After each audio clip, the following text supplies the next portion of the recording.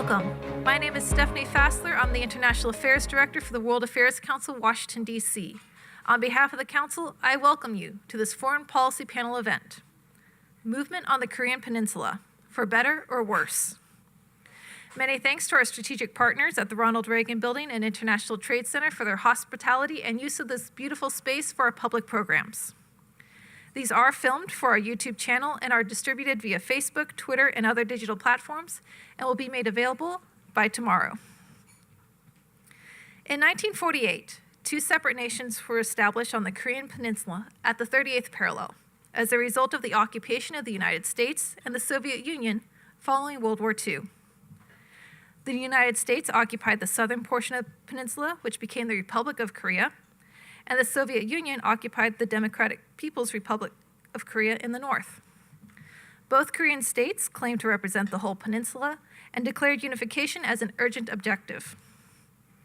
After a struggle between the two nations in the 1950s that involved multiple third-party countries, an armistice was concluded in 1953, though a peace treaty was never signed. The two countries were separated by a demilitarized zone at the original 38th parallel. The brutality of the Korean War intensified the tension between the North and the South. In the years after the war, the two Koreas competed for legitimacy on the international stage. North Korea has been ruled by successive generations of Kim Il-sung's family, and its politically and economic structure is centrally controlled. South Korea was ruled by a developmental dictatorship until the first democratically elected president, Roh Tae-woo, in 1988. In 1991, during Roh Tae-woo's presidency, the two Koreas signed a basic agreement on reconciliation, non-aggression, and exchange and cooperation. However, tensions have still remained, particularly related to North Korea's nuclear ambitions. In 1994, the United States and North Korea reached an agreement on a roadmap for the denuclearization of the Korean Peninsula. In 2003, the United States proposed multilateral talks on the North Korean nuclear issue. Multiple rounds of six-party talks have been held since then, with the last round occurring in 2009. Although North Korea at times said it will take steps towards denuclearization, it continued to conduct tests in violation of international law, including 2 nuclear tests and over 20 ballistic missile launches in 2016 alone. At this time last year, we hosted a panel analyzing the likely outcomes following an escalation of hostilities after a progressive series of ballistic missile tests by the North. The start of 2018, however, has seen significant diplomatic movement and overtures between North, South, and the United States. What do these movements mean on the Korean Peninsula? How will the upcoming talks between North Korea and the U.S. affect North Korean nuclear weapons programs? How will these changes impact the security and geopolitical dynamic in East Asia? To help us better understand this situation, we turn now to our panel of experts.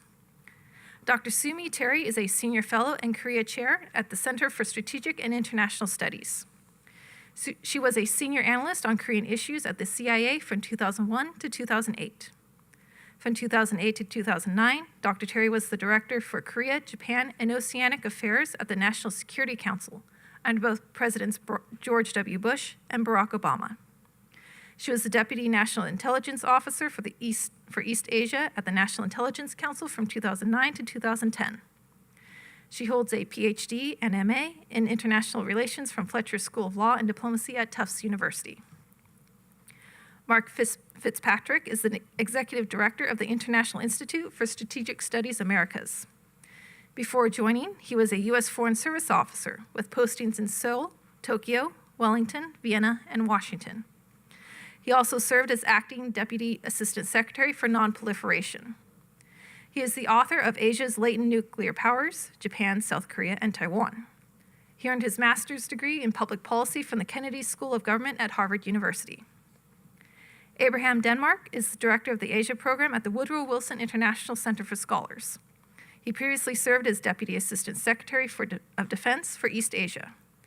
He was Senior Vice President for Political and Security Affairs at the National Bureau of Asian Research, a fellow at the Center for Scholars, as well as at a number of other institutions. Our moderator for this evening is Sharon Weinberger. Ms. Weinberger is the executive editor of News at Foreign Policy. Prior to this, she was the national security editor at The Intercept, in charge of its defense and intelligence coverage. Additionally, she is a non-resident global fellow at the Woodrow Wilson International Center for Scholars, as well as at a number of other institutions and universities. She is also an author, having written 3 books, the latest being The Imagineers of War, The Untold Story of DARPA, the Pentagon intelligence agency that changed the world. Please join me in welcoming our moderator and panelists. Thank you. And thank you, Stephanie. I wanted to thank the World Affairs Council for having me back again to moderate. And it's worth noting that it was about a year ago today that I was asked to moderate another panel here for the World Affairs Council on the subject of nuclear North Korea, how to respond.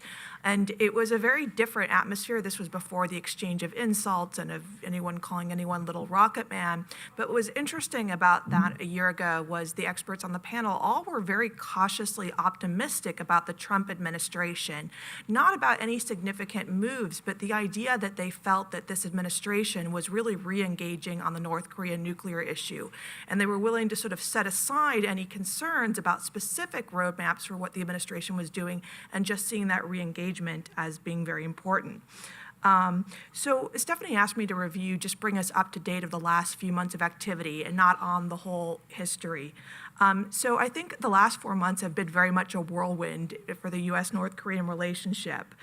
There was the January 1st announcement by Kim Jong-Un talking about how North Korea would consider attending the 2018 Winter Olympics in South Korea. And later that month, in fact, the International Olympic Committee confirmed that North Korea would participate in the Winter Olympics with a team of 22 athletes.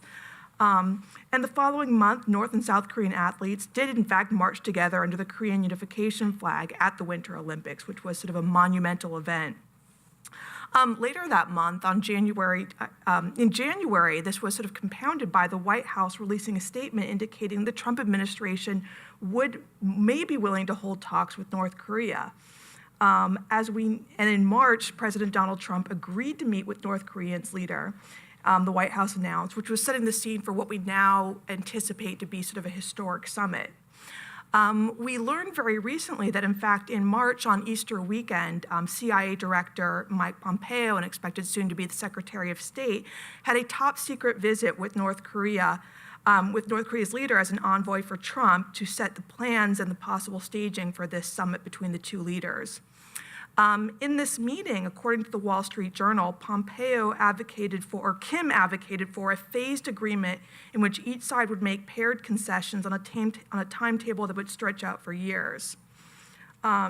So bringing us up to sort of more recent days, Kim over this last weekend grabbed the headlines with his declaration that he will end nuclear and missile testing, a development that Trump then hailed as a commitment to the North to, quote, denuclearization. That was quickly met with some pushback, saying that wasn't quite what he said. What Kim did say is, under the proven condition of complete nuclear weapons, we no longer need any nuclear tests. So looking ahead to the next couple days, on Friday, Kim Jong-Un and South Korea's president will meet for what will also be a historic summit, setting the stage for what we expect will be a summit between the U.S. and North Korean leaders sometime at a yet undetermined time at an undetermined location.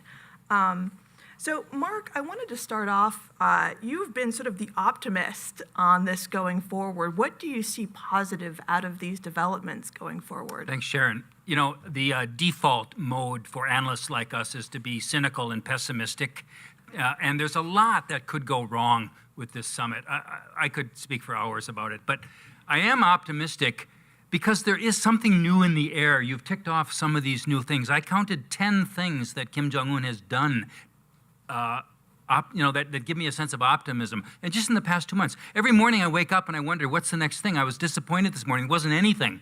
But I think on Friday morning, we're going to wake up and we're going to read that at the South-North Summit that maybe Kim Jong-un addressed the counterpart as the president of the Republic of Korea. If he uses the name, that would be a big thing. So I think there's something here. You know, the latest thing was the announcement of no more ICBM tests. He didn't say all missile tests, but actually he has had a moratorium on all missile tests for the last 5 months. The nuclear testing moratorium, okay, it's just words as long as the moratorium lasts, but it is important for the time being. He's not going to be able to validate making any new weapons. That's a good thing.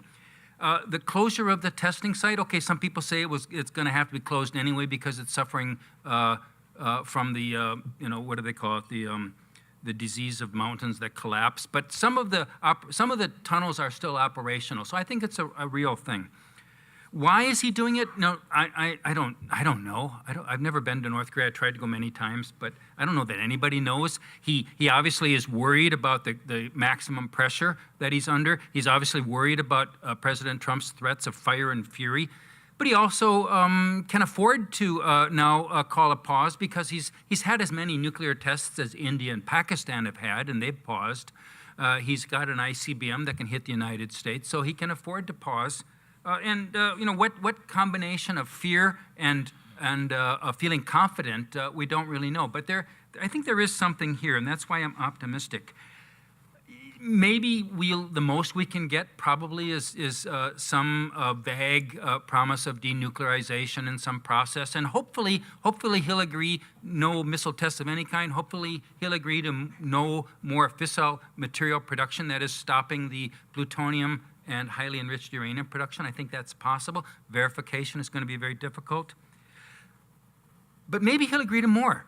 And I think Trump wants more. Trump wants something big. He wants to go big.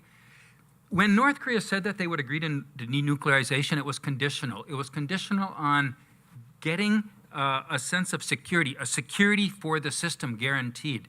My boss in London asked me, how can the United States guarantee North Korea's security? We can't guarantee that the people won't rise up and topple him. But there are two things the United States could do, that Trump could do, and I don't think they would be that costly. One is a normalization of relations, which is something that we tried to do in 2005, and the other is a peace treaty. We also tried that in 2005. And the interesting thing about a peace treaty is that North Korea seems to be willing to talk to South Korea about it, which is something they hadn't done mostly in the past. We'll see on the meeting on Friday if they actually get very far. And I think if those two things are on the table, maybe North Korea would be willing to go further than they look like they're willing to go now. There are a lot of reasons for pessimism, but that's why I'm optimistic. Thank you. Hey, so that sounds great. Denuclearization, a possible peace treaty. I assume there's a fair number of reasons to be cautious about hoping for that great of an outcome. What are some of your concerns? Yeah, thanks, Sharon, and thanks to the World Affairs Council for having me. Since I work at the Wilson Center and I used to work in the U.S. government, I always have to say that my views are those of my own and not those of the U.S. government. I'm sure things you've heard before and maybe will again. In terms of where I see things as headed, I think anyone can point to, and people here know the history of our agreements with North Korea, that North Korea has agreed to denuclearize several times before. It was mentioned in the introduction in 1994 and 2005. But I would encourage you, if you're interested, to actually look at the document that we agreed to in 2005. It was very comprehensive. It included all of the things that we're talking about today, including peace treaties, normalization, economic inducements, denuclearization, all the things that we're talking about now was formed in 2005. North Korea agreed to it, and 13 months later, they tested their first nuclear weapon. So the history pushes for pessimism, but as Mark mentioned, there's a lot of things new here, including Kim Jong-Un himself. So I think so we're dealing with a new leader, and I think it's important to look at what he's done and what he's said since he took power in 2012 officially. And what he's done has been to radically accelerate North Korea's ballistic missile and nuclear development timelines. It was mentioned 2 nuclear tests in 2016 alone. I remember I was in the Pentagon at the time, dozens of missile tests.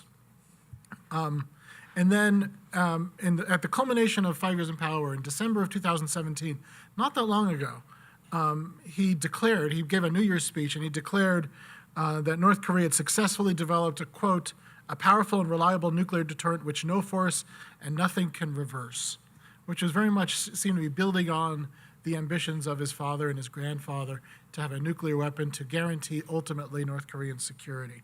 And then just a few months later, he turned around and said, I want to He said he wanted to talk and has been engaging in this round of summitry.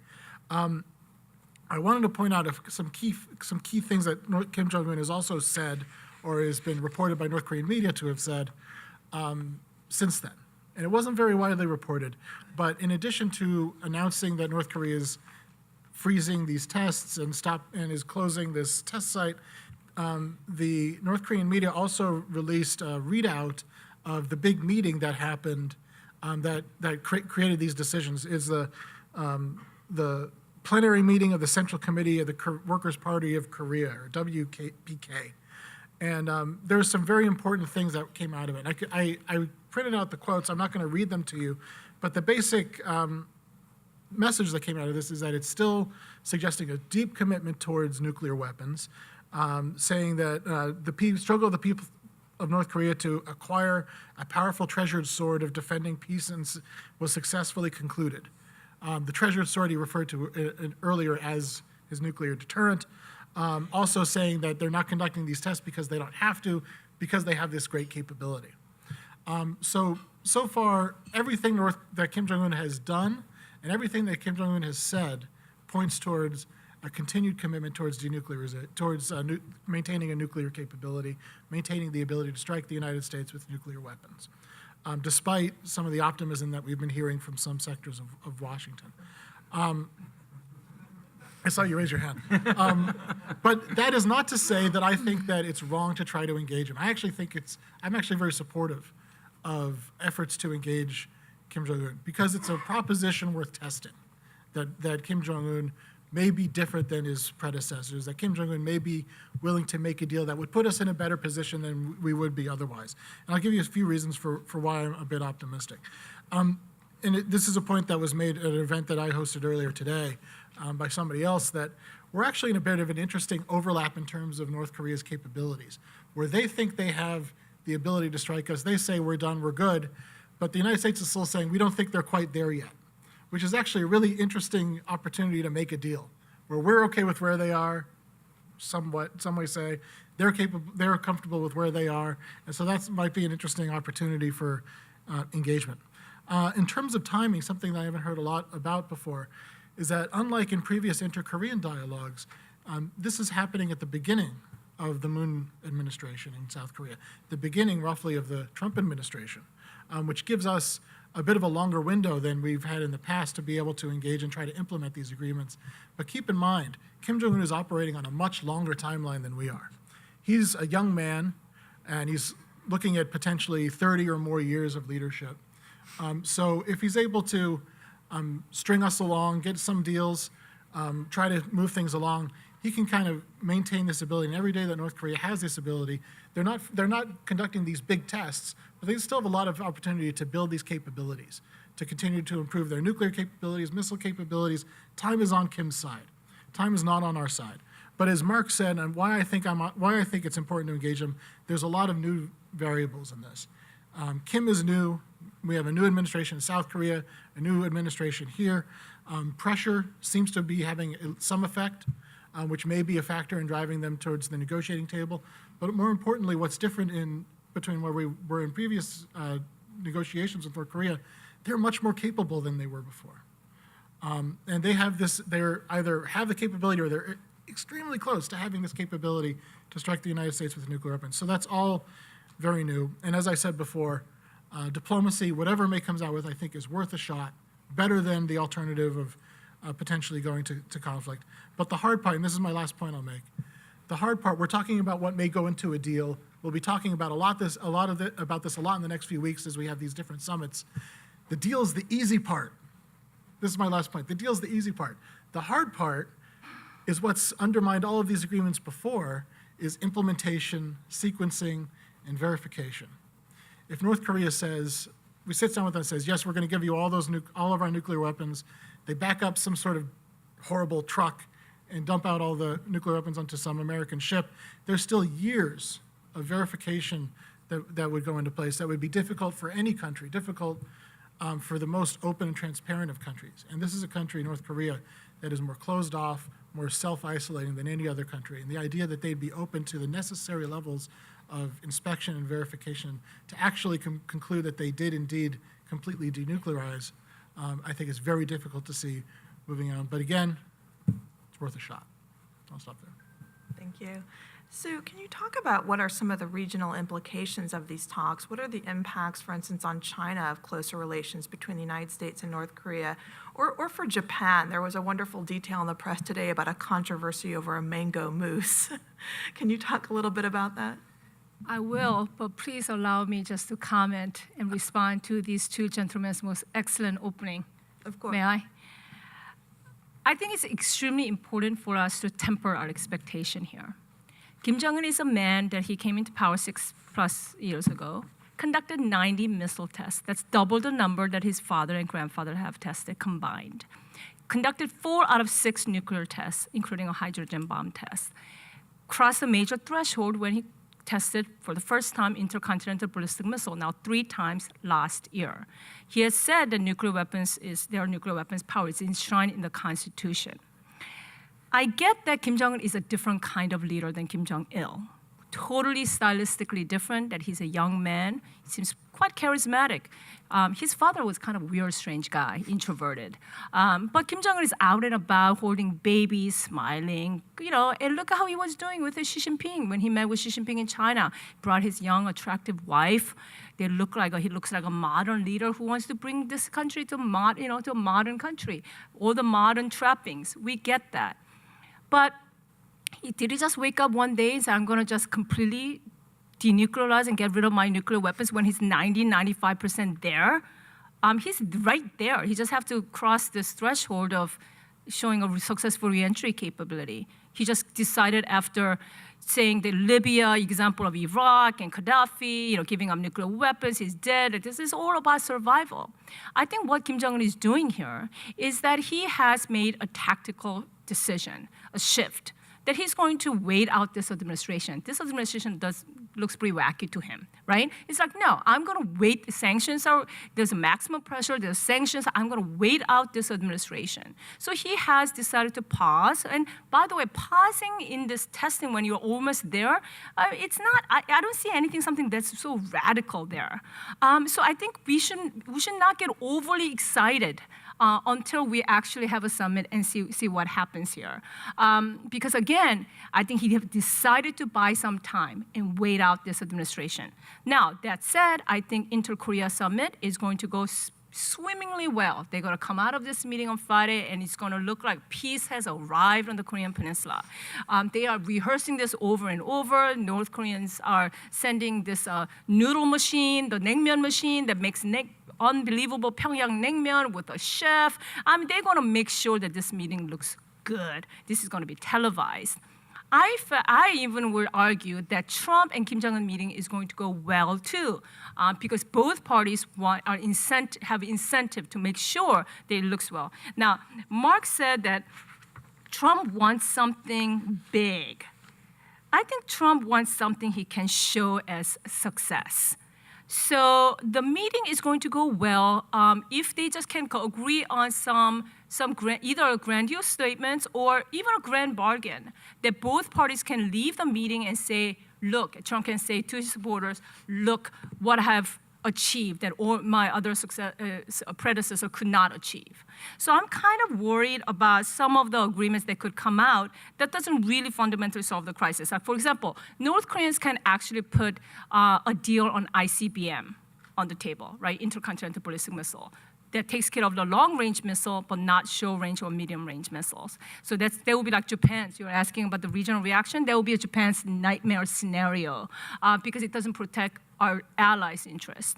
But Trump can absolutely turn to his supporters and say, look, I have protected our homeland against North Korea. I've told you that I'm not going to allow North Korea to be able to attack or have this capacity to attack mainland United States, our homeland, and look what I have achieved.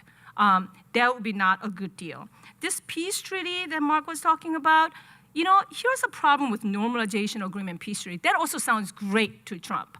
And he might even go for that. But what does that mean when you actually have a peace treaty and normalization? Let's walk that through. That actually means you don't really have a justification for US troops to stay there because you have peace. The war has ended. And eventually you might have to pull out US troops, end of US-South Korea alliance. Okay, that's fine if we can get absolute verification that North Korea has completely got rid of their nuclear program. But coming from the intelligence community, I want to tell you, we do not know how many stuff that they have, where they're all hidden. There are many covert facilities that are hidden, thousands of underground tunnels and bunkers. So, and I am afraid that President Trump, to someone like him, this is not even a bad deal.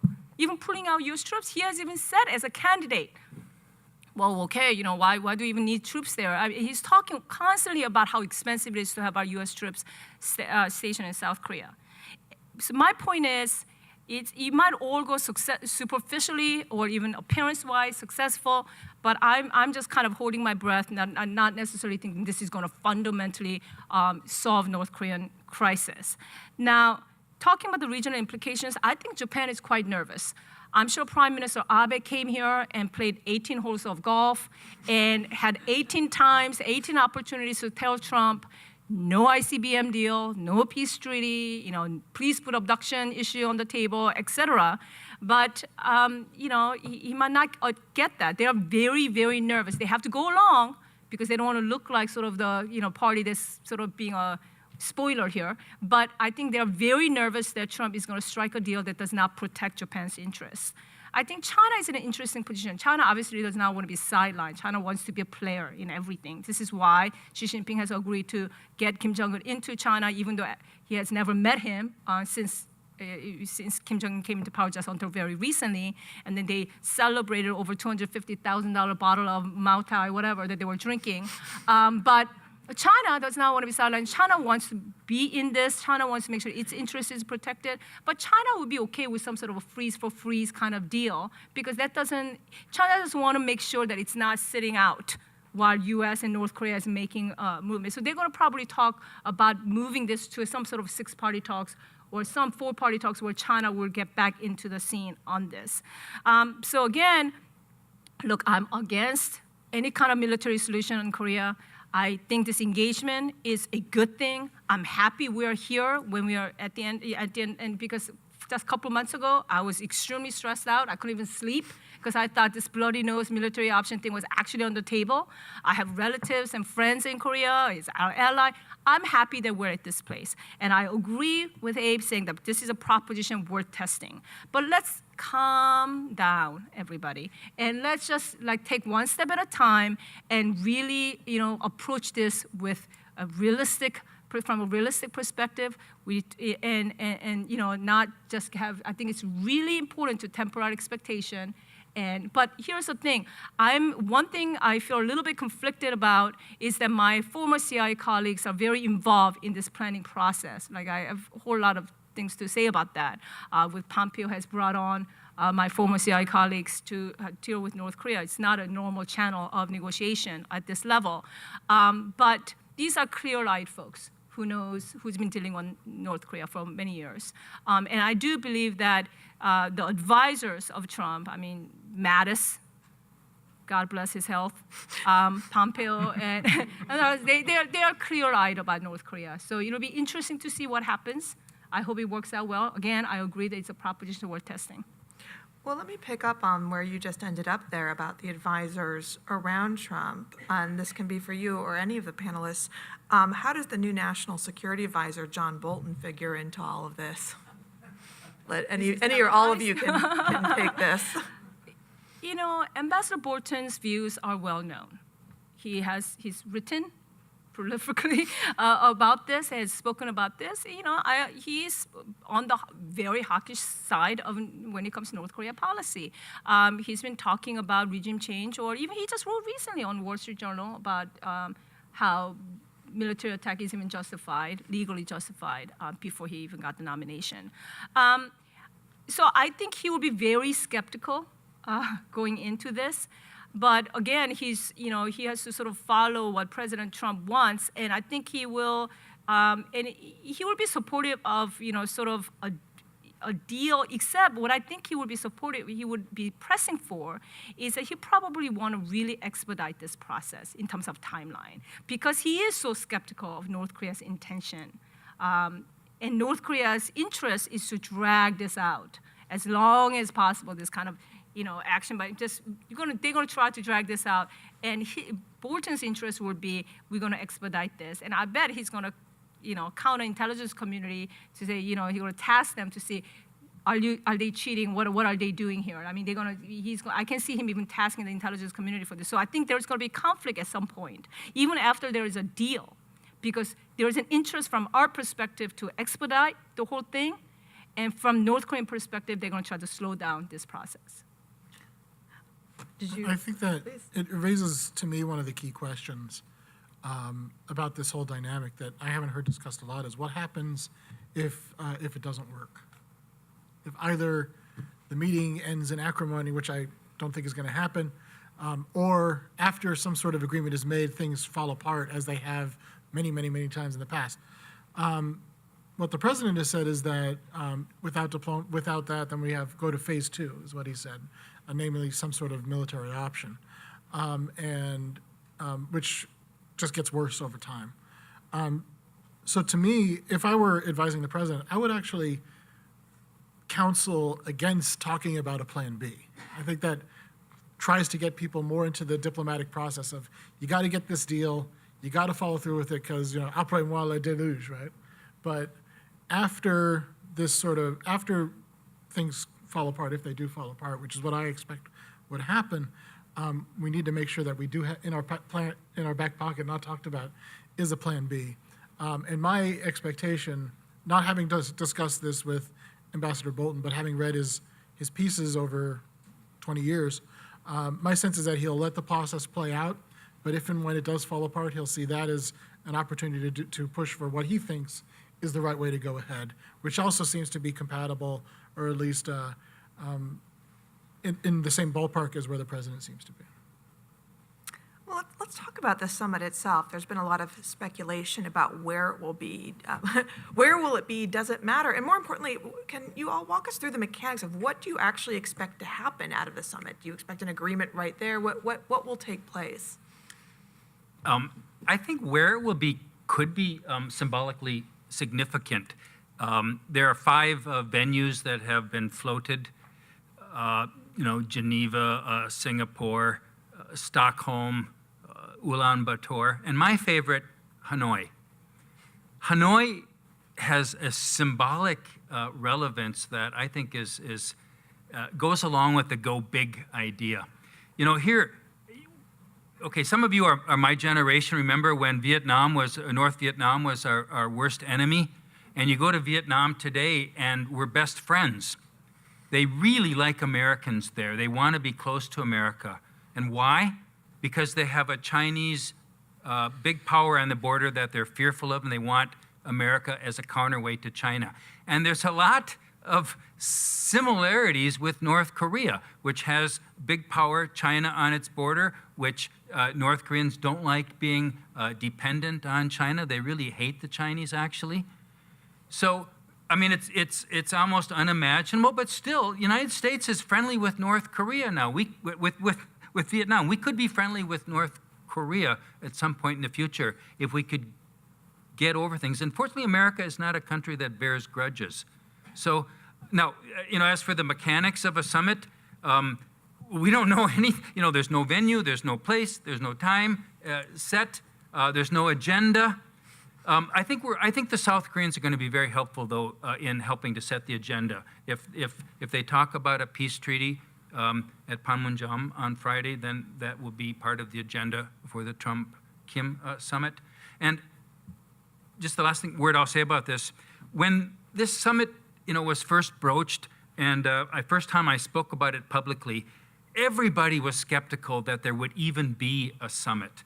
How could they possibly? Well, I think we all now generally agree there's going to be a summit. Now, we're very skeptical about whether it will come off, but things are moving in the right direction. Sumi's colleagues have, I think, done a good job in getting things going. And I think, in the days before the summit, we're probably going to see the 3 American hostages released. That'll be a very important sign. If they're not released, then I'll be worried. It's such an easy give for North Korea to do, to make a positive. Even if there's nothing else positive comes out of the summit, getting the 3 hostages back would be a good thing. This is the first time I heard Hanoi. Is this like your suggestion, or is that out there as a possibility? Really? Wow, amazing. Make things up. Yeah, no, that's a good suggestion. Is it sexy enough for Trump? That's the question. It's a beautiful place. There's a logistical issue of actually going to Switzerland. Sweden, you've heard about this. North Korea does not have a plane that reliably can take Kim Jong-un to that far. No, it's serious. I mean, when was the last time Kim Jong-il flew or Kim Il-sung flew? I mean, just think about that. So they don't have, would you want to get on a plane that, that has never flown that such a distance, or a pilot that has flown such miles? I mean, it's a logistical issue, but it's a real issue.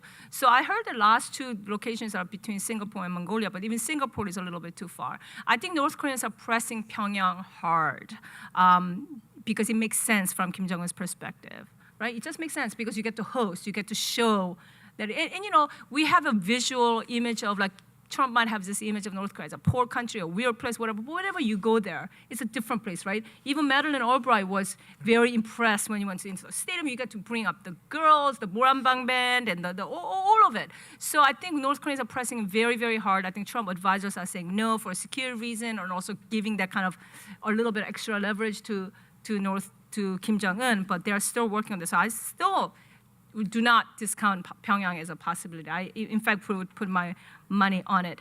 I think there might be two outcomes out of this meeting.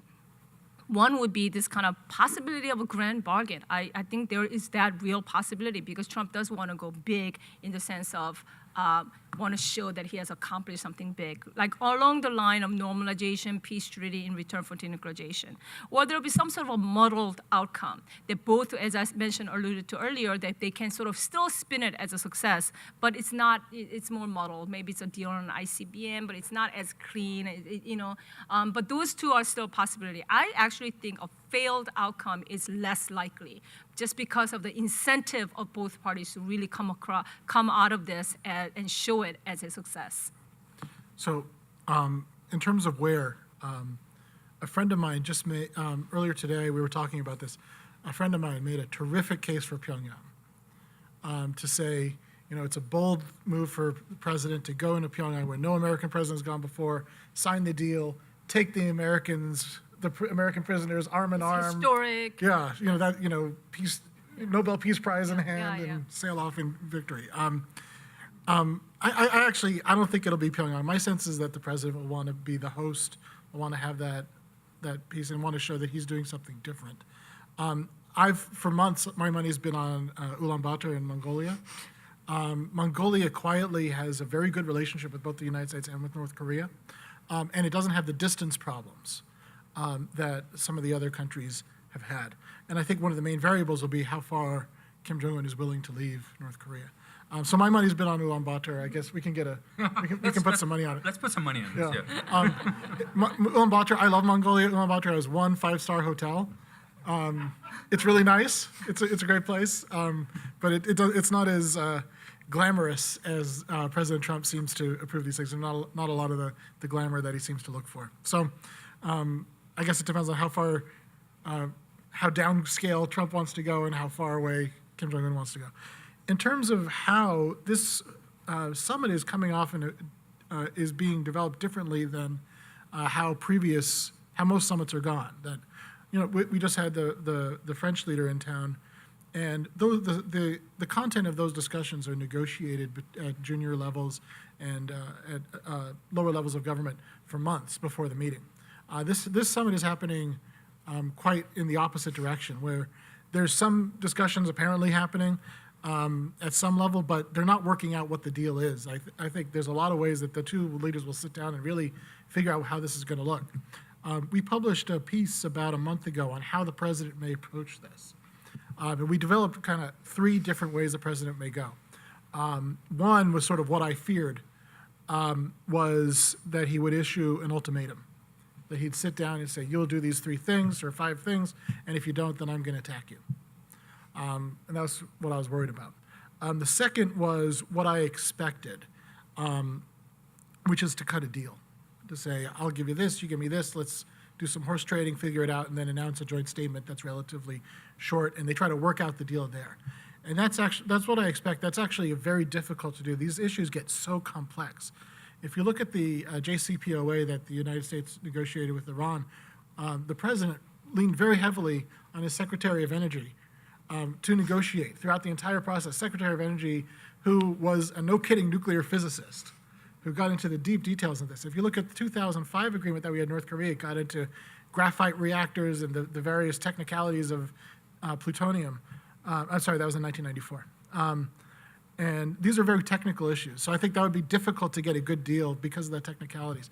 The third option, what I would hope for, and I think as time goes by, what I think is actually increasingly possible is that the two leaders begin a process where they sit down, they come to a fairly short agreement about shared goals, that North Korea agrees to denuclearize, the United States agrees to normalization and reducing pressure, and both sides have phrases that they can point to, and then they point to their teams and say, okay, you guys go figure it out. We'll meet again once we believe we've made enough progress to meet again, and kind of go home, both sides declaring victory. If I were to put money on it, I'm still expecting more, let's make a deal, but beginning a process, I think, is becoming more and more possible as we get closer to this thing. So that's optimistic. Well, as I said, that's the easy part. Yeah. How much, the Pentagon has certainly made a big deal about how the economic sanctions against North Korea have really played a part in pushing them to the negotiating table. Do you give that much credence to it? Has it had the impact that the administration says it's had? I think that it has had some impact, but I think we may be overestimating it a bit. If you look at some of the indicators, North Korea's economy is notoriously difficult to read. But if you look at some of the indicators, some domestic prices of various goods and things like that, it's been relatively stable. My sense is that it's more that they see that they're not feeling the pinch now, but they see the pinch coming in a year or two and trying to head it off at the pass, is my guess. I think that's part of it. I think they're also somewhat concerned about all the talk that was happening here, what was keeping me up at night, what was keeping Sue up at night about the potential for military strikes. But I also think he saw an opportunity in two ways. One, with a U.S. president who seems to be able to put much more on the table than any other American president before him in terms of what he's willing to negotiate, what he's willing to discuss, but also a progressive president in South Korea, the first that they've had in a decade. Who may be much more open to that sort of engagement that he's looking for. So to me, it's, as we have here, that I don't think you can point to one specific factor. I think it's an amalgamation of a lot of different factors pointing from Kim Jong-Un in the same direction. Thank you. I think at this point we wanted to open it up to questions from the audience. I'm Peter Humphrey. I'm an intelligence analyst and a former diplomat. When we look at the other weapons of mass destruction, we see that the biological and chemical weapons have killed several dozen people in almost certain testing against prisoners. We know that the chemical weapons have killed his brother. That's a fairly small body count.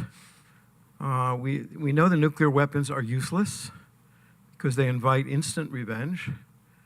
We know the missiles aren't going anywhere because 12 other countries have the same missile capability. And we leave out the greatest weapon of mass destruction of all, which is the prison camps, which according to Victor Cha have killed about 1 million people. That's roughly 5 nuclear weapons worth of death. Are we insane to leave, 4 of the weapons of mass destruction untouched for a limp declaration of peace in our time? Instead of working toward regime change? I feel like I'm living in some sort of magical thinking land. It's just bizarre.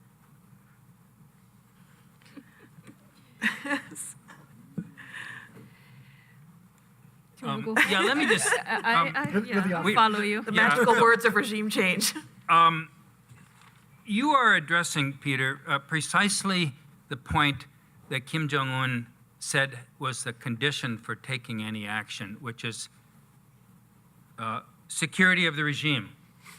Now, I've written about regime change favorably, saying that it's the only solution to the North Korean problem for some of the reasons that you noted. But positing regime change is not going to win any decision favorably by the leader of North Korea. He would have all the more reason to dig in and continue to pose a threat to his neighbors and to the United States. So over a longer period of time, I think regime change is going to happen anyway, whether we push it or not, because it's happened everywhere else in the former communist world. And Kim Jong-un's missiles can't protect him from his own people. Information inflow into North Korea will help change hearts and minds over time. I think that is the longer-term solution, but we have to, in the meantime, keep a lid on the real threats to the United States and to North Korea's neighbors in the form of the nuclear weapons. So let's deal with those, and meanwhile, those conditions for regime change, I think, are going to work their way through the system eventually. The problem is, I mean, I totally buy what you're saying. You know, there's no disagreement there. It's just that, how do we make regime change happen? So unless we are going about it in a kinetic way, where it's like a decapitation, it's active war. So now you're, and it's actually, it's not that easy as it's not a born ultimatum kind of. In real life, this is not as easy to actually make it happen, and there's legality to it, illegality to it, and then it's active war. There's whole consequences of that.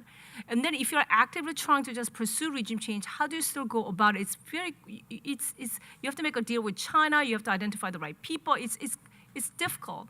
One less controversial way of like the soft ways that we can sort of help that about is like information warfare, information operation, penetration, try to get information into North Korea. But that's more of a long-term goal, and trying to help people of North Korea not only get access to information, but maybe find a way we can work with technology companies, try to find a way to get internet access to North Koreans, find a ways for them to get even mobilized. So at some point, the ideal hope is that North Koreans bring about the change that needs to happen in North Korea. But again, that's a long-term solution. It's not something that's easy. But but I hear your frustration, and I don't necessarily disagree that it is true. We're now so focused on nuclear deal, and even maybe we'll have an ICBM deal. But there's very robust biological and chemical weapons program. We haven't even talked about human rights violations besides the prison camps. I mean, you just need to read the United Nations Commission of Inquiry's 400-page report, which talks about, there's no other place in the world in contemporary history that's even parallel to what's going on in North Korea in terms of human rights violations. The only parallel they could think of was Nazi Germany. So I hear what you're saying. It's just that it's such a difficult in terms of policy level how to go about pursuing that. I think it raises the question of at what stage do you bring human rights into the negotiation with North Korea? I've advocated in the past that we should hold normalization with North Korea until they close the camps, for example, as a way to put that into the discussion. I do think that human rights needs to be part of the negotiation, maybe not in the first stage, but as things progress. And in terms of all the other issues, I don't disagree with what Sue said. My question is, what's retirement look like for a leader of a personality cult? If you look at a lot of the North Korean leadership over time, they don't get much of a 401k. I think there's different models for it, and there's a lot of questions about how this would work. Usually, these questions come up in discussions about unification, and what that process would look like in terms of transitional justice, in terms of what happens to some of the leadership. And this was actually a very controversial issue towards the end of World War II, in Germany and in Japan. What do we do with a lot of these senior officials? And in some cases, they were executed. In some cases, they went to jail. In some cases, we kept working with them. To my mind, I think it's important to keep all these issues in mind. But But ultimately, I think the process will have to be driven by Koreans. That once unification occurs, if unification occurs, Korea will have a government. I think they will have to be in the driver's seat about how they handle all these very complicated issues. The example that North Koreans always cite when people like us talk to them in Track 2 events or other occasions is how could they possibly give up their nuclear weapons and be like Gaddafi, because that was, his retirement plan was to be murdered ignominiously. So I don't know that how one could offer salvation to a leader who has conducted such human rights atrocities, protect him from his own people. Idi Amin was, there have been examples where people have been offered some retirement in a foreign country, but I don't think it's going to come to that. I think the best we can do is to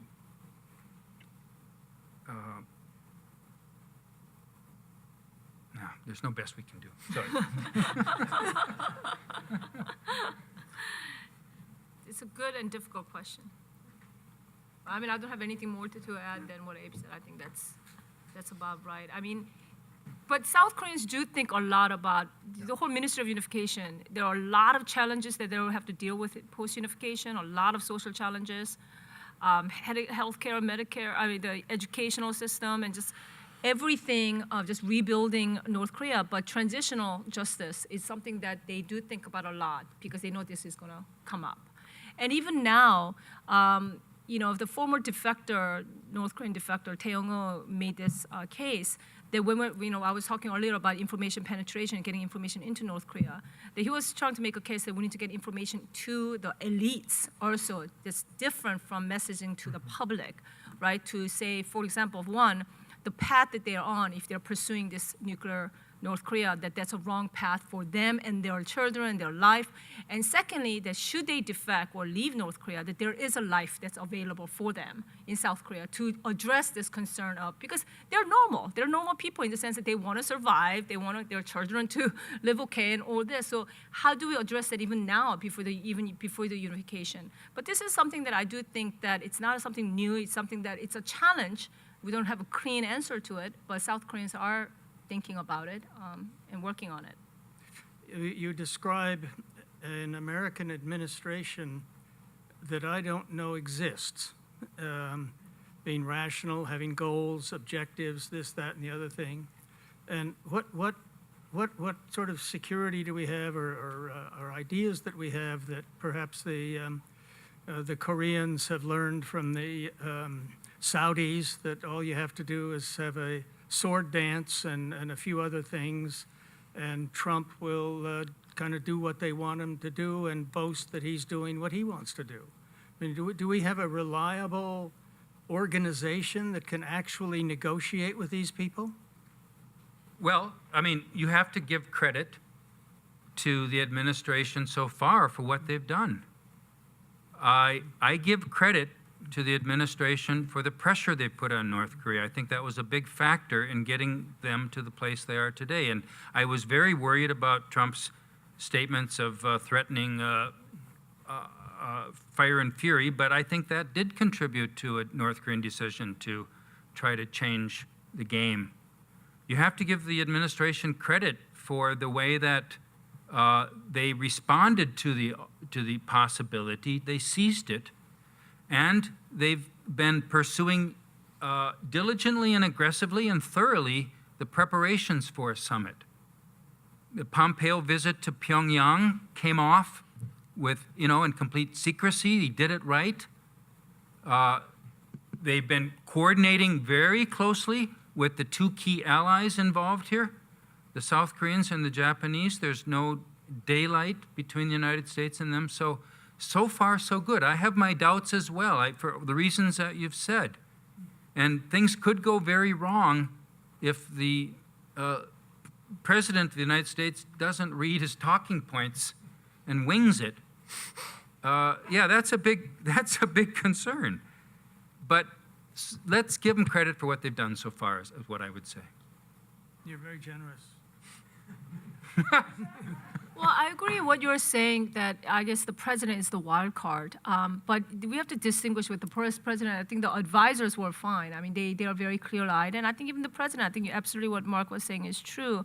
But I do agree on this point. I do think other allies and are not so-called allies, they're trying to understand how this president works, and they try to work that. And I am concerned that they might think that Trump he just needs a superficial victory, and then he'll be okay. Like when you just look at even U.S.-South Korea free trade deal agreement, he talked a big game about scrapping the deal and all this, but at the end of the day, when you look at the negotiated outcome, it feels like the president was just okay by giving some sort of, the win, with the cap on the automobiles when American cars don't quite sell in South Korea to a certain degree. But the point is, I hope that, but I share that concern that I hope our allies and our opponents, they don't think in terms of how to play our president. And he's the wild card. I would agree with that. He should listen to his advisors. I have more confidence in the team, the national security team. Thank you all for your discussion. I'm sure we've all learned a lot. I was wondering, Dr. Terry discussed it a little bit, but I was wondering what kind of obligations should Japan expect from the United States in these negotiations? Obligation should Japan expect? Yeah, as in...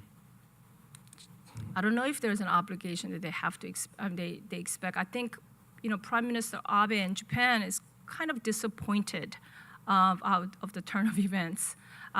They're conflicted because on one hand, they also don't want a military solution, military conflict. That doesn't work out well for Japan, so they were getting nervous about that. But again, I think this, I was on my way to Tokyo when we found out that Trump decided to meet with Kim Jong-Un, and when I arrived in Tokyo and I met with Japanese officials, their response was like, what happened here? They're very concerned about that potential deal that doesn't protect Japan's interests. I think they were also disappointed because they thought Prime Minister Abe's personal relationship with President Trump and chemistry and rapport, and it's true that they have developed this strong bond. Looks like Abe is one of the closest ally of Trump. Trump really likes him. That hasn't really translated into policy. Japan is not protected with the tariffs, So now they're concerned that with this North Korea deal, if it doesn't protect Japan's interests, what good is all this relationship building that they've done between Abe and Trump if it doesn't translate into policy? And if North Korea deal does not work out for Japan, I think Prime Minister Abe's position is actually in trouble because he's having a lot of domestic difficulties right now. Japan's going to have several priorities. They want to make sure that it's a high standard for denuclearization and that we don't just focus on ICBMs. That's probably, as I think Sue mentioned before, that's their nightmare, is that the Trump administration takes ICBMs off the table and calls it a day. Mm-hmm. They're also, I think they want to make sure that the U.S. maintains a military presence on the peninsula. And one issue that we haven't talked about that would be a priority for Japan would be abductees. Yeah. The Japanese people who were abducted by North Korea, getting an accounting of them, getting them returned if they're still alive. But I think the Japanese government right now is very frustrated, both because of the relationship with the United States not really bringing many dividends so far, the relationship between the Prime Minister and the President not really bringing any dividends for them, but also that they don't really have a say in this dynamic, that China, South Korea, the United States, everybody gets a summit. But the Japanese are still sort of sitting on the outside. And the only way they get to have their views reflected is by begging and pleading President Trump to reflect them when he meets with them. Or President Moon, interestingly, saying that he would reflect some of those interests as well in his meeting. I think they're very nervous, they're very frustrated, but they're doing their best to make sure that their top priorities are reflected. There's one other issue that the Japanese are very worried about, and it could be the issue that when push comes to shove will break everything apart. It's that, what does North Korea want? They want a removal of what they describe as the U.S. hostile policy, the U.S. threat to them, and they describe that as the nuclear threat to them. They want a removal of the U.S. nuclear umbrella. Now, that worries Japan a great deal because the United States, it's hard to remove the nuclear umbrella just from South Korea without impinging on Japan's security.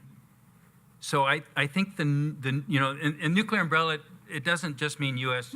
troops. It doesn't just mean the United States has no nuclear weapons in South Korea. What they have are nuclear-armed submarines that patrol. They have deterrence policy, and the Japanese really like that strong deterrence policy backed up with nuclear weapons, and that could be a difficult issue. So can I comment on that? I actually don't know if the issue of extended deterrence is one that's of incredible significance with these negotiations. I know that the North Koreans don't like it, or I expect the North Koreans still don't like it, and that they may try to get the United States to reduce its commitment. But I see that as very difficult to see as a reasonable idea. That the way the dynamic I expect would go is North Korea say, we want you to remove your extended deterrence guarantee from South Korea. No. And And there's good reasons why for that.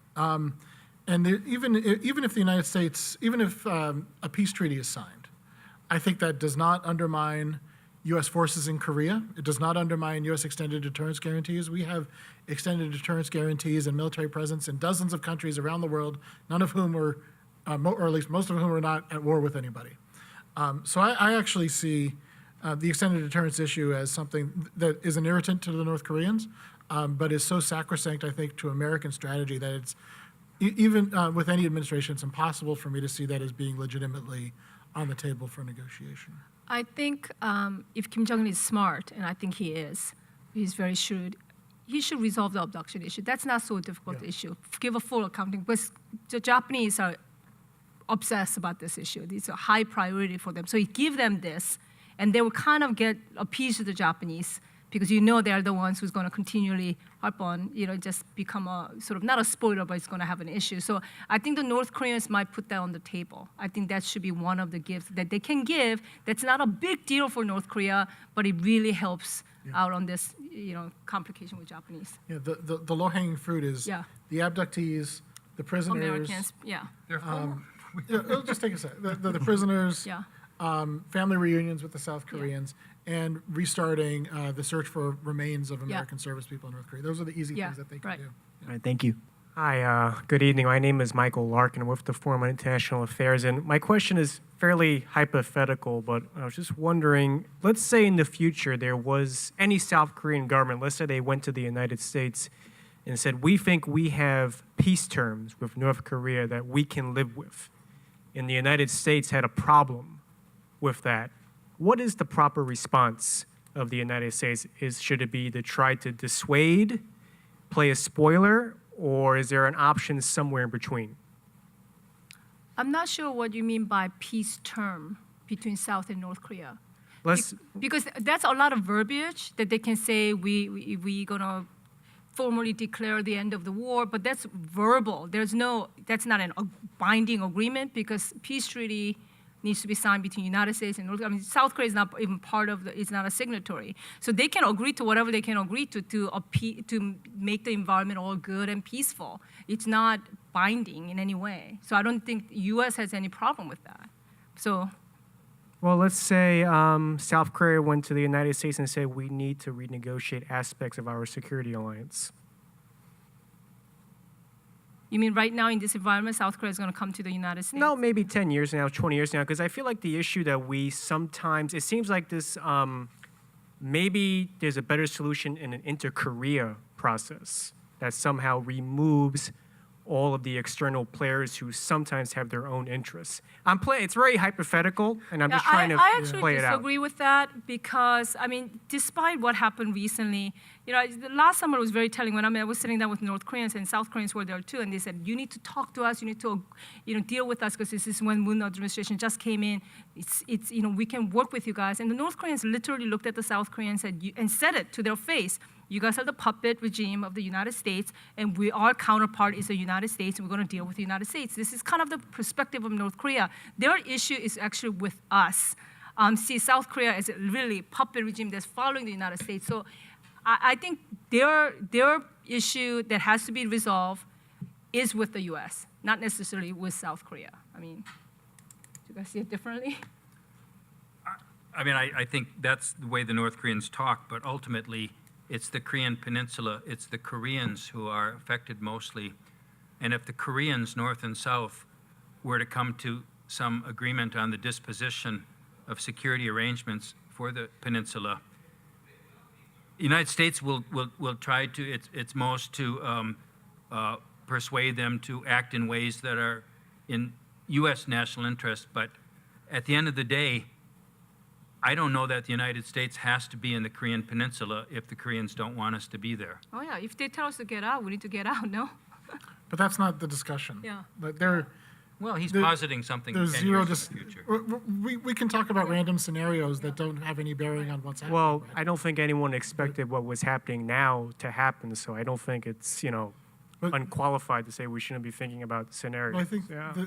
the key point is that the U.S.-RK alliance is so critically fundamental to the security of South Korea that if it comes onto the table, this is something that the South Koreans are seriously considering, then the broader security environment would be necessarily so different than what we have now that the complexities we need to have like a 2-hour discussion about what the security environment is like before I could actually answer your question. Hence, it was a short question, but I'll let the others go. You haven't talked at all about the role of China we're in the present situation. Yeah. Well, I think Sue did a good job of summarizing how the Chinese are feeling. That they want to make sure they have a role, that they're not cut out. My sense is that just where they want to see things heading, I think they're going to be much more proactive than we would expect. For the past several decades, the Chinese have been a bit passive in this, in that they've traditionally seen themselves as sort of managing a situation between two unpredictable actors, right? They have the North Koreans on one hand, and they have the Americans on the other. And both sides at various times act unpredictably, and they want and may cause instability, so they change their policies and they titrate their sanctions to kind of mollify both sides and just try to keep things stable. I actually think that as time goes by, especially if we move down a diplomatic process, one of the messages that came out of Kim Jong-un's meeting with Xi Jinping is that China is going to have a major say in what happens. And the fact that there are already indications after that meeting that these sanctions are already, that pressure is already starting to lift a little bit from the Chinese, is my sense is that it's their way of saying that we're going to be a part of this, that the Trump administration may say that they're going to maintain pressure throughout this process, but pressure goes through Beijing, and that means Beijing gets a say. So I think they're going to be very active, very proactive, and really try to drive things in a way that maximizes Chinese influence on the peninsula and further circumscribes U.S. influence on the peninsula. Good evening. My name is Minji Kim, and I am a junior of George Washington University. So adding on to the Chinese question, I do have also a really simple question. So under the assumption that the unification actually happened in the Korean Peninsula, will China easily let North Korea go? Because as we can see these days, there's a lot of political and economic ties in between them. So what are your perspectives in this issue? You're right. China does everything it can to make sure it doesn't lead to instability, collapse, regime change. They don't want unification. The most likely unification scenario is still South Korean-led unification that looks like a greater South Korea, basically, that's pro-United States.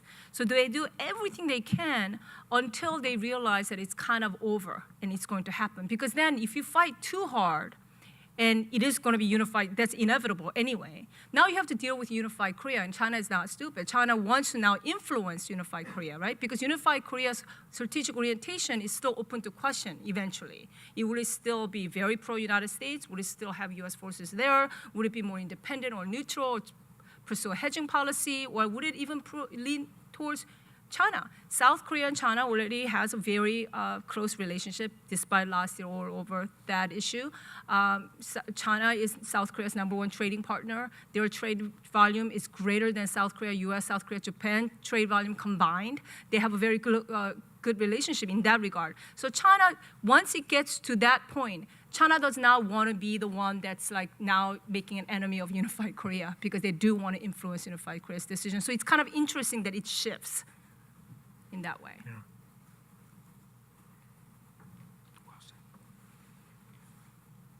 So with that, we'll conclude our program for this evening. Thank you all for sharing your time and expertise with us on this important issue. Please join me in thanking them.